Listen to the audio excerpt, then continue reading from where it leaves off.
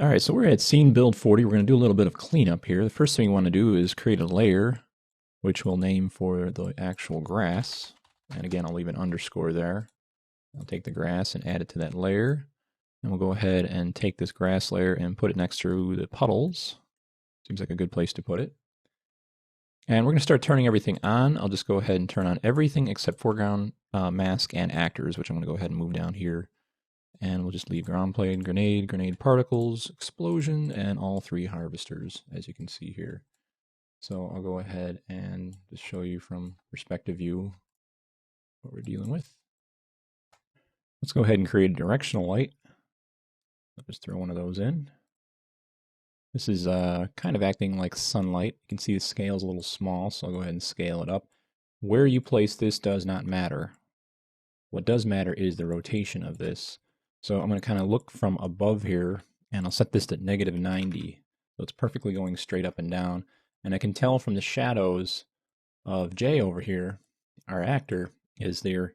It's a little bit kind of facing to the side and a little bit forward. And for the actual intensity, I'll go ahead and set that to 2 for now. Again, this is one of the few lights that we would actually use a fall off. And in this case, it's a directional light, sunlight, so I'm going to leave it with no fall off set to intensity of 2. And for shadows, we'll go ahead and turn on ray trace shadows. And we'll go ahead and leave the light angle to something around 2. And shadow rays to about 3 to kind of give it more resolution. Under our render globals, we're going to be switching over to Mental Ray or Maya. And what I usually like to do is immediately jump in here under the actual quality settings and set this to production quality. And what that does is automatically do a few things. There's the things that really can bring down the actual processing speed. There's Gauss, triangle, and box. I usually stick to either box or triangle, which gives a filter size of 2. Ray tracing is always set by default 10, 10, 20. We don't need that. So we're going to set these to something more manageable like 4, 4, and 8. Usually kind of leave these bars together. We only need 4 because there's actually 4 actual penetrating layers of glass that we need to go through. As you can see with the layers of the glass right here. I'll just show it to you really quick. The glass itself has a thickness of 1, 2, as it passes through 3, 4 layers. So we have to make sure that we get ray tracing through those layers. That's just something to keep in mind. We're going to go over to indirect lighting, and we're going to go ahead and create IBL, image-based lighting. And there it is. Let's go ahead and plug in our IBL or our HDRI that we created. And there it is in the background. What I always like to do is take the hardware alpha up. And with that set up, let's go ahead and jump back into our indirect lighting and turn on final gather. And we want to have bounces set to something like 2. 2 would be nice so that we get more light under the actual harvester, because if not, it's going to be very dark under there. There's not going to be a lot of light. We're in broad blasting daylight. We need some bounce going on off of these materials and so forth. And last but not least, we're going to go ahead and put our filters on our first camera 1 and camera 2. So I'll go ahead and jump over to my Hypershade. And as you can see here, if we go under cameras, we have all of our different orthographic cameras, but we have camera 1 and camera 2, and I'll grab those 2 with my shift key and do graph input output. And we'll take a look at these. So here's our camera 1, here's our camera 2. As you can see here, camera 1 shape, camera 2 shape. And what we need to do is put a filter on top of those in the same way you would put a filter such as a diffusion filter or a ND filter on top of your photographic lens in the real world. So we're going to go ahead and go under Mental Ray, Lenses, and we're going to use this Mi Exposure Simple. I'm going to pull it out so you can see it. There's also photographic, but that's a little bit more advanced, but we're going to go Mi Exposure Simple. This is part of the tone mapping, which is I'm going to explain later on. Under Mi Exposure, we're going to go ahead and set this to 1.5. And the reason why we do that is because of all of our actual textures, if we kind of come back here, are gamma corrected to a 0.666, and I'll explain how that's calculated later. How you attach these is you go ahead and grab the actual nodes themselves, and if you come down to Mental Ray, it has the lens shader on them. So you can just go ahead and middle mouse drag this under here, like that, or you can just middle mouse drag it and just say default, and it will automatically connect. So I'll go ahead and do it for both of these, default. You can see it's connected also on this one as well.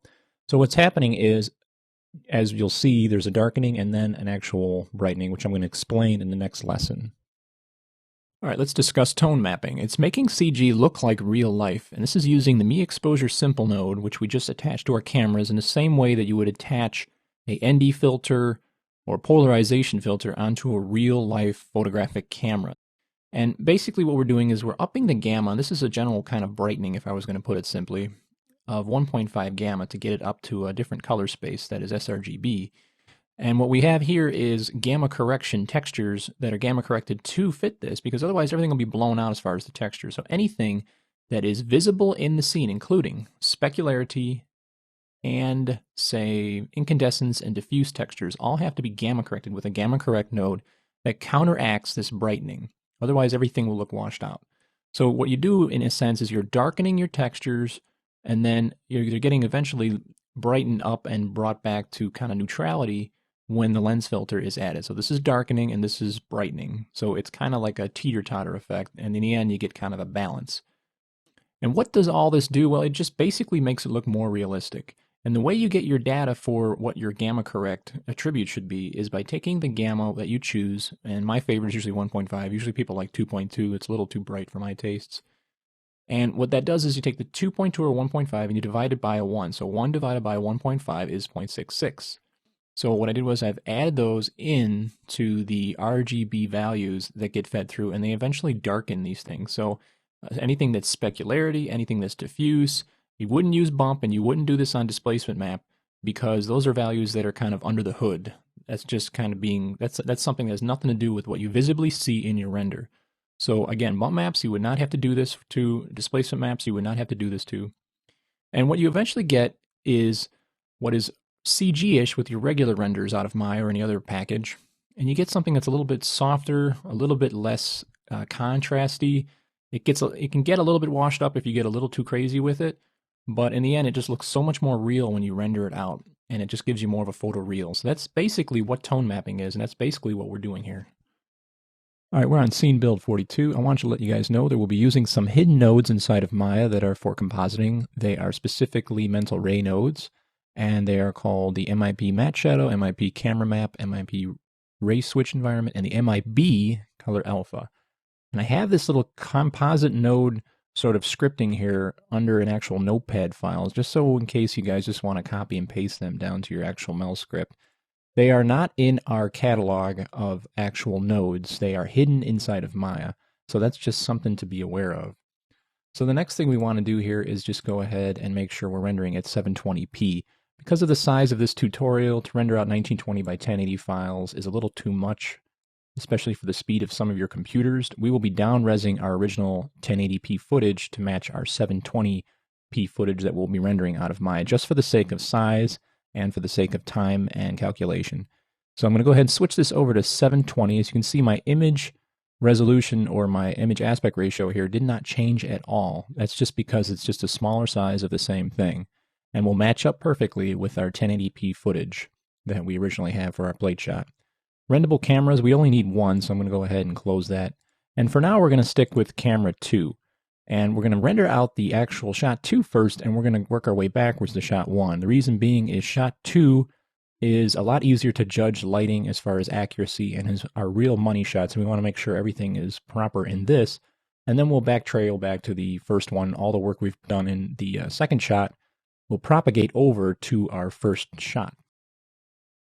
All right, the first thing I want to do is jump into my perspective mode. And I'm going to find my IBL node, and I can do that a couple ways. You can go in your outliner, and you'll see here is your actual mental ray light. These are technically both lights. Like I said before, if you go into your Hypershade, you'll notice under lights, they are listed as lights. So if I come in here under lights, you can see directional light, that's a direct light, and mental ray, that's an indirect light. So I can grab it from there if I want to. And let's go ahead and take a look at it. I'll use my scale button to kind of scale this down if I want to. You don't have to. You can keep it at different scales. It's not really going to change anything as far as the casting of the actual light of reflection. But in general, I like to just kind of bring it down just a little bit. Another thing you want to do is rotate it. You know, depending on your scene. This is a general texture as far as a surrounding, but I can see right here that that big lake area should be facing more over here. So what I'll do is I'll just go ahead and rotate it like so. You can see there's the lake, and we're roughly where we should be. I don't think it's really going to matter because this texture is just so general. It's just brown ground and clouds in the sky and trees in the background, and it's just general all the way around, so it's not going to be a big factor. Next thing we're going to do is we're going to jump over and create our matte shadow material. And I'll go ahead and show you what that is. In our Hypershade, I'll just kind of open that up and give us some area here. Again, this is where we can go back to our notepad, and I'll just grab this right here, Control C, and put it under my Mel, Control V, and go ahead and hit Enter. So that's create node space MIP underscore matte shadow. And there we have it, that hidden node. Now, you'll notice you won't be able to assign this to anything, as you can see here. So how do you actually get it so we can assign this to an actual material, such as the ground plane? Well, we need an actual shader group node. In order to do that, we need to create one. And it can be any one, doesn't matter what it is. So I'm just going to grab your typical default Lambert. And I'll take these two, holding down Shift and graph input output, so I can just steal this SG node. I'll erase Lambert 3, as you can see here, and put these side by side. Double click the Lambert node. And we'll go ahead and call this as the matte material. I'll put big letters here. And we don't want to plug it where it usually would be plugged in under the surface material for Maya. We want to go under Mental Ray and come down here to the materials for the Mental Ray material, which is different. So I'll middle mouse drag that matte shadow material onto the material shader, and it connects in. And now we can actually assign this to materials, and I'll show you what happens. If we grab the ground plane here, and I right click and try to assign it, again, I cannot assign it. We can assign it, we have to middle mouse drag it. It's really a goofy workaround, I don't know why it is that way. So I'll go ahead and just show you. By the way, if you ever lose this, say I grab something else and graph it, and I lost it and I'm trying to find it again, you're not going to find it under the Materials tab. You're actually going to find it under the Shader Group tab right here under Matte. So I can grab that and go Input, Output, and there it is. So what I'm going to do is, the way I would assign this to something is you will middle mouse drag it on. So I'm going to hold down middle mouse on the matte material and drag it onto the actual material. And if I go ahead and turn off Use Default Materials, the ground turns this sort of pinkish red, as you can see here. And that's a good sign. That means the material is actually on there. So with that said, let's start setting up render layers. So I'm going to go under my channel box, and if you go under Display Layers, we're going to create a render layer. Your master layer is your junk drawer. It's where you keep things you take from and you just add into more layers. You never render your master layer. So I'm going to go ahead and set that to X as so. And I'll go ahead and say create new layer. And we're going to go ahead and call this body. And as you can see, as we already select the layer, nothing's in this layer, so we have to put stuff in there in the same way that we do for display layers. So I'm going to go into my master layer here. I'm going to open up my outliner. And we're going to go ahead and grab the cameras. We're going to go ahead and grab the 3 harvesters, and we'll grab our lights, the directional light and our mental ray light. And I'll bring it over and right click and say Add Selected Objects. So we have everything in our layer, and here's our master layer, our junk drawer, where we contain all the goodies that we can take from and put into different layers. So let's go ahead and take a look through my actual camera. And again, we've set up our timeline to 143 to 483. So let's go ahead and do a render. What we get back is a render of 2 minutes and 33 seconds, which is not optimal for preview and tweaking. The other thing you'll notice is that our matte shadow is black. Our foreground and background image planes are gammaed out because of the 2.2 gamma on the lenses. And our actual lighting in the scene is pretty dark. Now the textures inside of the harvester are properly equalized as far as gamma by the gamma correct of 0.66 darkening. But the actual overall scene from the IBL and the directional light are too dark. So we're going to have to brighten those up. But the first thing I want to do is definitely look at trying to decrease this render time just for the sake of previewing. So what I usually do is I go into Photoshop and I just get a 1920 by 1080 image created. And then I start scaling it down equally. So if I come in here under percentage, I can bring this down to about, say, 40%. And I'll hit OK.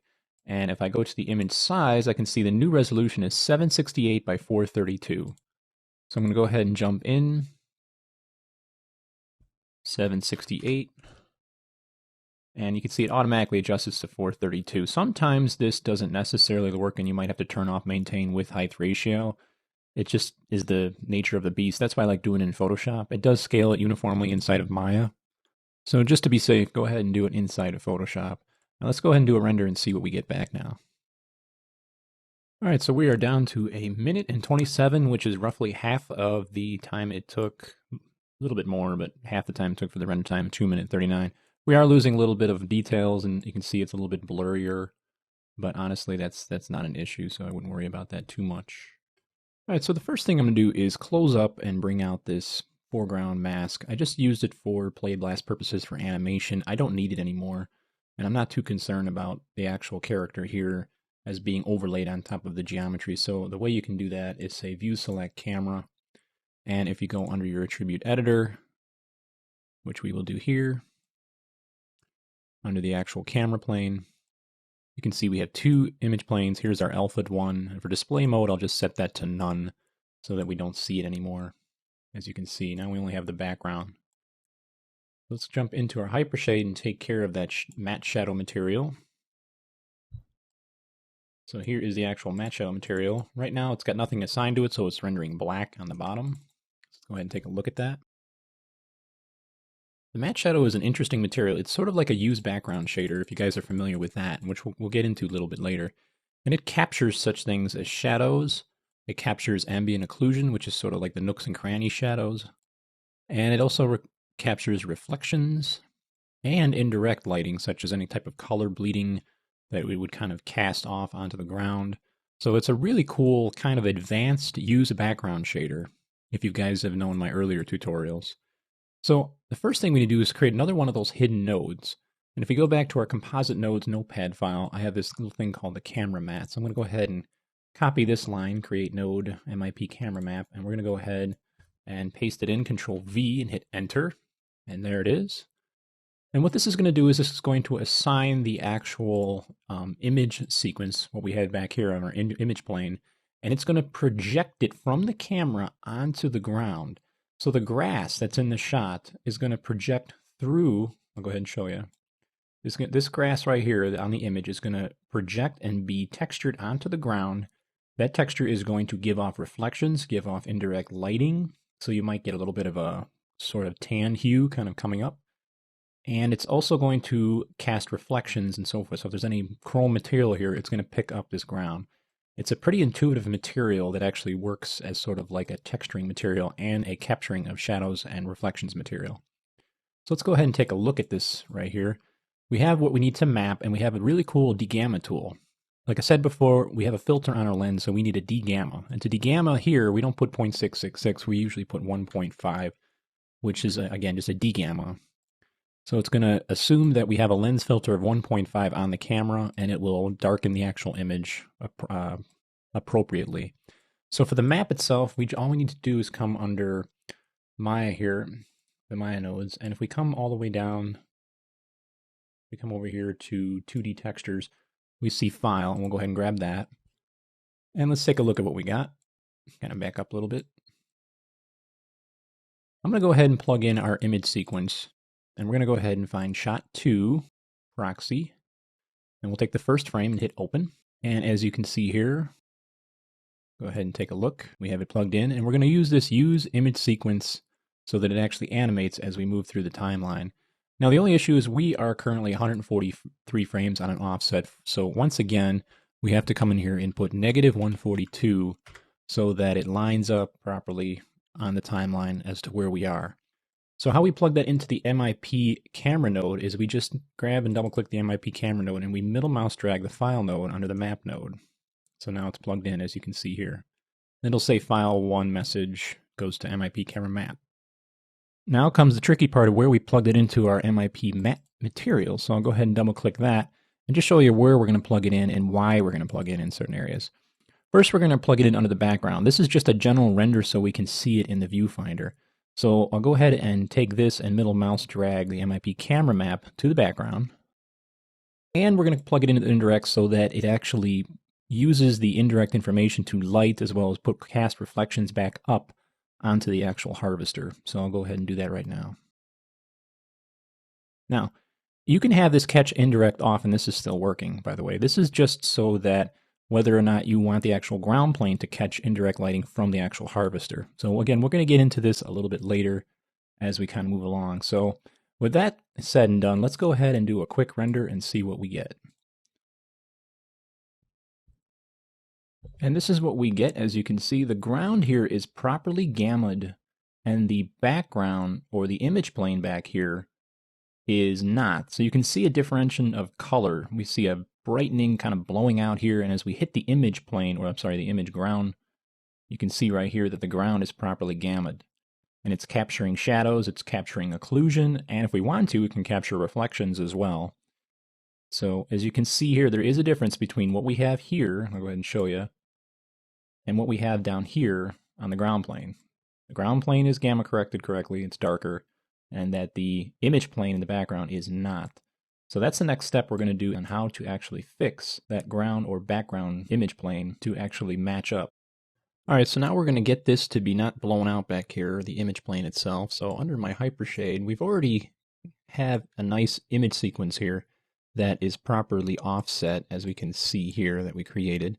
We're going to basically kill two birds with one stone by taking this file and attaching it through the texture node inside of our camera. So if I go under cameras and I come in here and I can see here's camera 2 shape, I'm going to grab that one and I'm going to hold down shift on the file node, and then I'm going to do graph input output so I can kind of see them.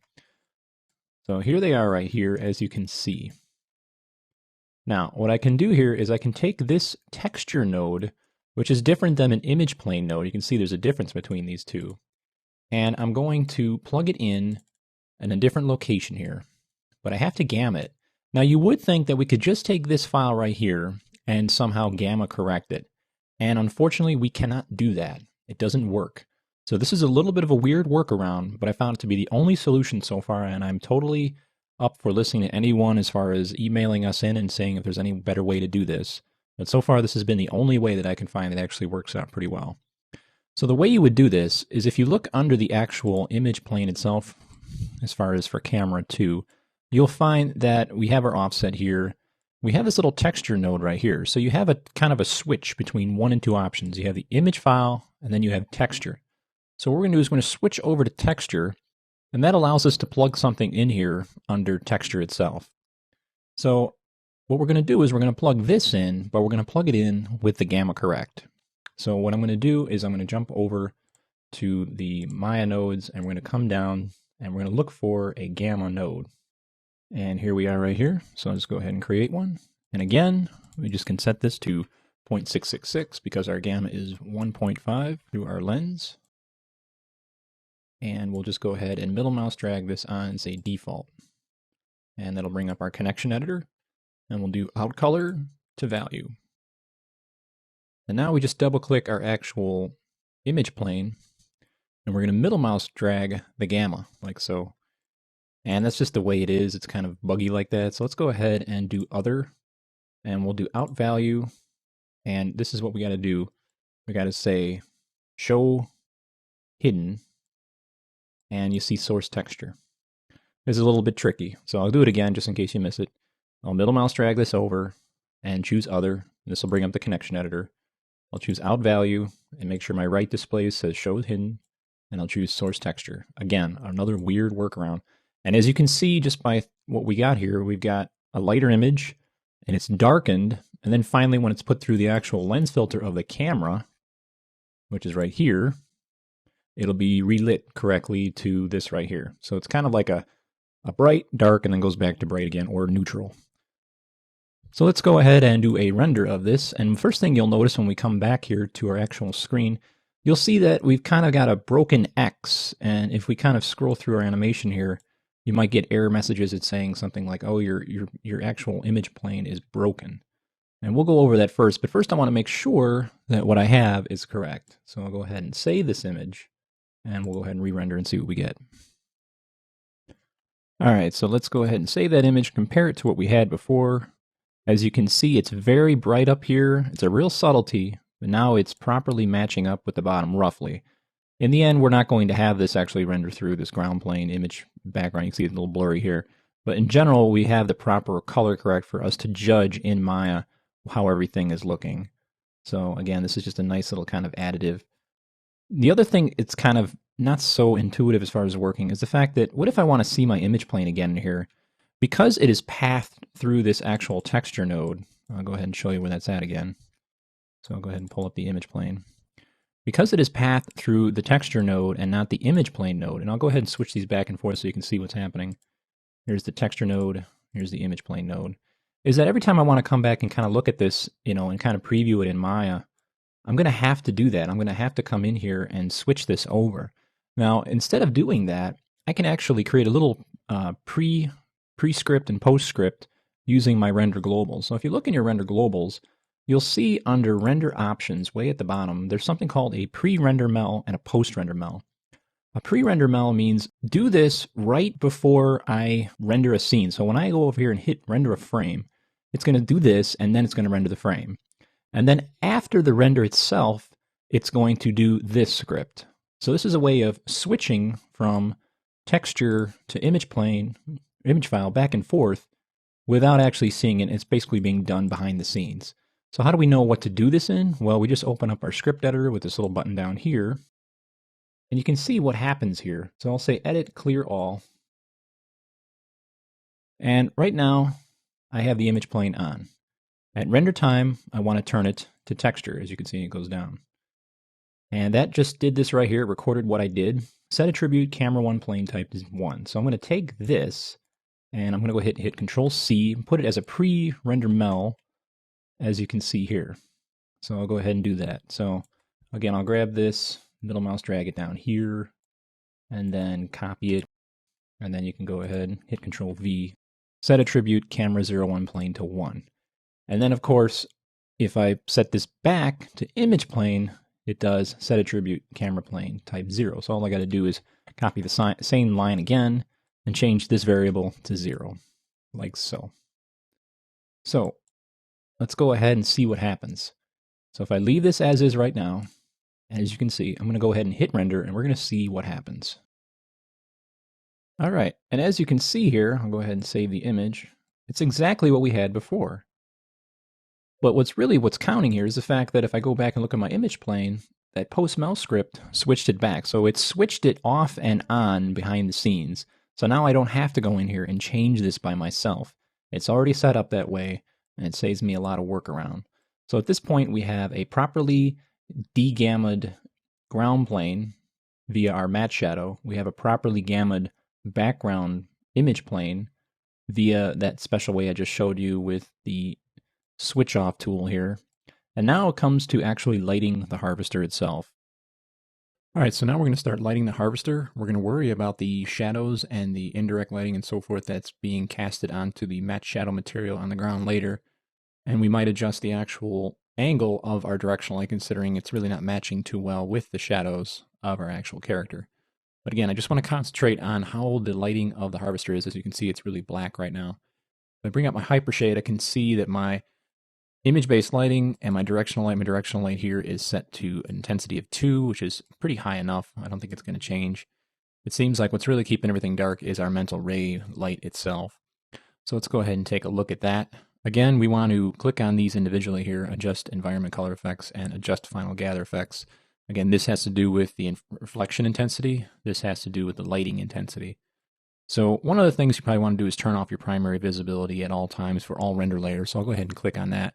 As you can see, it's done a layer override. Because we are on the body layer, it's created an override instantly with the red highlight. Now, I don't want that because I have to do that each and every time I create a new render layer. I have to do this. So in order to make sure this propagates to all the layers, I'm going to right click on it and say remove layer override.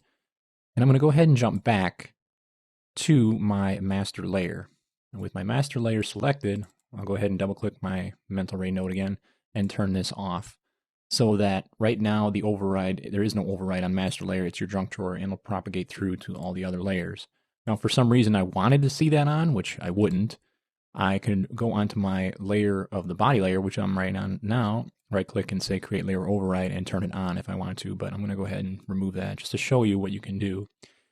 So let's go ahead and do some adjustments here. Again, I probably want to set my reflections up a little bit, so I'll go to my color gain and I'll set these to a variable of 3. And make sure you're under HSV. By default, Maya will keep you in an RGB. You want to have hue saturation value and change the value itself. So that was reflections, and now I'm going to go ahead to my color gain here, and I'm going to set this up to something like 10. You really got to up this.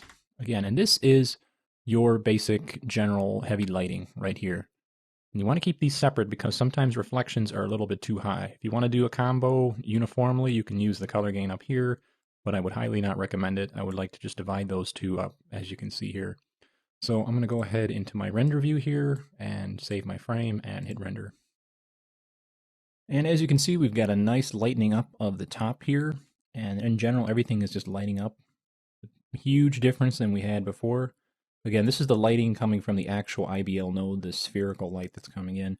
We're pushing the final color bleeding effect into the actual scene.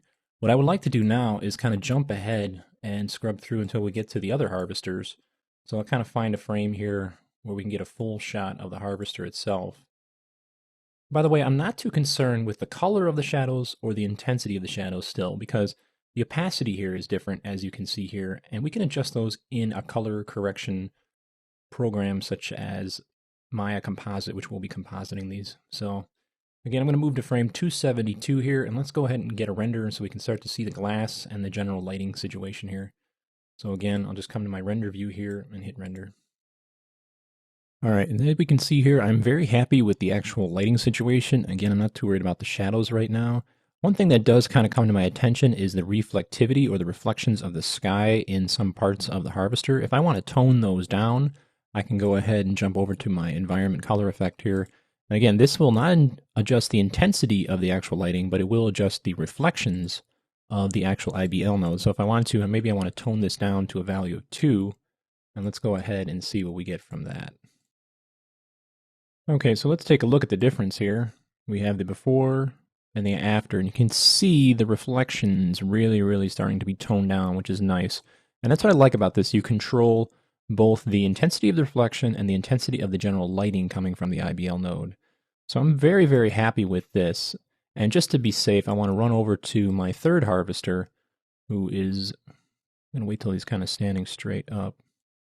I'm going to go ahead and do a render, and just to see and make sure, you want to double check all geometry as the scene progresses, just to make sure everything is looking correct. You might want to tweak or balance everything out. Alright, so as you can see, the harvester looks a little bit dark, but I'm actually liking it so far, and if I had to adjust actual color correction, I can do it in post. Because it will be coming in as a 16-bit image or 32-bit image in post, you can actually really stretch out the color correction in post. You just want to get a general color scheme, just basic balanced area, and later on you really start to tweak out the colors, the intensities, or you can already see there's a little bit of a blue hue going on. It's a little bit too intense, and that's something we can take care of in post. But the next thing we got to do now is to walk away from lighting of the harvester to adjusting our matte shadow material as well as the direction of our directional light. So let's do that next. Alright, so let's go ahead and take a look at a render here from frame 160, and we're going to deal with this shadow here. You can kind of tell from our actor that he's got a very shallow but still decently sharp shadow. And again, the color is not blue and the color is not opacityed right on our shadow. So we'll deal with that in post. What I want to do is sort of replicate the sharpness of the shadow and of course the direction. But right now I want to get that sharpness, and the way you kind of achieve that is really simple. What we have here in our directional light is a shadow setting. We can see here of a light angle of 2. Now if I increase this to something like 6, I'm going to go ahead and do a render region here, and we're going to go ahead and see what happens. Alright, so let's take a look and see what we get. Kind of cross-referencing, you can see the shadow goes from relatively sharp to a little touch of blur. So we probably want to find a balance in there, and I would say maybe a balance of a light angle of 5. To increase the resolution so it doesn't look as grainy, you can add shadow rays. I think 3 is fine in our case because we have such a sharp shadow. I don't think any of the graininess is going to pick up in post or anything like that. So again, you can see it a little bit here, but no big deal. So we've got sort of the replication of the intensity of the opacity of the shadow. The next thing is just the angle of the shadow. So that's pretty easy. What I can do is, again, just kind of come into my perspective mode here and just start to inch this around. So again, if I take a look at mine, I probably need to angle it just a touch here and a little bit over here.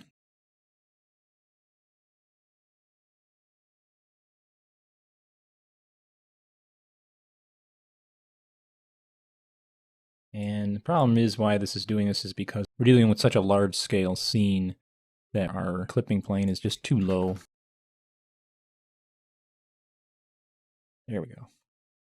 So here is sort of our angle. Again, let's do that to the top view. Again, I'll say view select camera. And I'll put my clipping plane up a little bit so we can kind of take a look.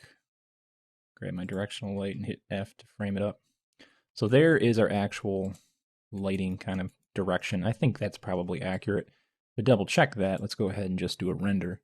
So again, I'll just go ahead and save this, and we'll go ahead and render a frame. All right, so let's take a look at our kind of change in lighting. Brought the shadows back a little bit, as you can see. And again, we see a little bit of graininess here. I'll go ahead and just bring it up and see. And again, that has to do with our lights. Go to my outliner here, jump up my directional light, increasing shadow rays. And by doing that, you'll get more of a resolution. But in our case, I think we're okay. You're not really going to notice with all the mayhem and motion blur. So I'm going to go ahead and leave that as is. And that's just some kind of things you'll learn as you move along, that motion blur will take care of a lot of these problems. And you don't have to kill yourself by adding render time by increasing the actual shadow rays. So that's something to be important. The last thing we want to check out before we jump out of this is the actual material, the matte shadow material. So again, I'm going to open up my Hypershade, and we're going to go ahead and take a look at that. And again, to find our matte shadow material, we go to our shader group node, we grab the matte material, and graph input output, and here it is. So I'll go ahead and click on that really quick. And let's go ahead and take a look. One thing you always want to have off is no self shadow. So I'll go ahead and turn that off. What that means is basically, if we, remember we built those little hills out here? If a light hits there, it'll kind of take the hill and render a shadow from the hill.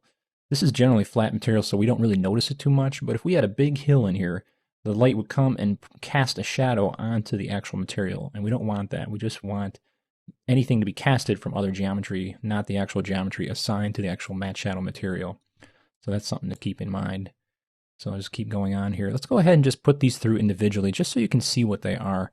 So what I'll do is I'm going to go ahead and turn off cast shadows. I'm going to turn off ambient occlusion, and I think that'll be it. And we're going to just go through these individually, and I just want to show you what each one does. So I think I'm just going to go ahead and let's just catch shadows for one instance, just to isolate these and for you to see them for themselves. Okay, so I'm going to go ahead and save this. And right now, all we're getting is shadows. We're not getting indirect shadows such as ambient occlusion. And let's see if we can see any difference from the original here. Do you see that? There's a general additional shadowing going on there that's a little bit of an ambient occlusion effect. That's something to be aware of. So with that said, let's go ahead and isolate, turn off cast shadows, and let's go to ambient occlusion on and see what we get with that. Okay, so this is an ambient occlusion shadow. It's not based on any lights itself. It's just based on the distance of objects occluded from any outside light. And the more things are kind of shrouded by themselves in geometry, they create shadows, such as the tires here intersecting with the ground plane. And you can see the difference between what is considered shadow, which is very, very sharp and defined, and ambient occlusion shadow, and the combination of that is what we have right here. So if you can kind of take a look over here, we don't have a distance set for ambient occlusion. So the computer is automatically trying to figure out the occlusion setting. And you can do this by using measuring tools and so forth, and measuring out the distance between these two lengths, maybe from here to here from the tire itself. So let's go ahead and just throw a number in there, and I'll go ahead and throw in a number like 20. And now it's no longer automatically trying to figure out ambient occlusion. It's going to use that measurement of 12 units as far as the fall off of the distance. So let's go ahead and do a render and see what we get now. All right, so as you can see now, we have a huge differentiation difference here between this and this. There is occlusion happening, but it is so isolated that we can hardly even see what it's doing. So we probably want to increase this distance something a little bit crazier. So I'll go ahead and set it up to something more like 90. And we'll go ahead and do a render and see how that works. Okay, and as we can see here, the intensity is a little bit better, but I want to expand it out a little bit more. So in order to do that, we can go ahead and set this up to say 200. That's probably going to give us what we want. I'll just do a isolate render here and see what we get. Okay, so let's see what we've got. We've got a nice fall off difference, and it's hard to tell from here to here, but we definitely have a better fall off. So I'm going to stick with that. Catch reflections, we're not going to get into. We're going to be using a use background shader for reflections. This can become a little wonky. And we're not going to be catching any indirect. That's in case if you want to see any like bleeding, say, of this red onto the ground, and we don't want that. So we're going to keep that off. That's for something that's very specific, like if you're in a light box or something like that. So we're just going to go ahead and leave that off. The final thing I want you guys to know about is, if you recall, we were over here and we connected our material shader with the actual MIB map shader, which is under the mental ray tab, which is right up here. What we also have to do when we get into actually rendering this out separately is to attach the shadow shader to it as well. So I'm going to go ahead and click on here, and middle mouse grab the matte shadow onto the shadow shader so that they're both connected in, as you can see here. So with that, let's go ahead and jump into actual rendering and setup for the body layer.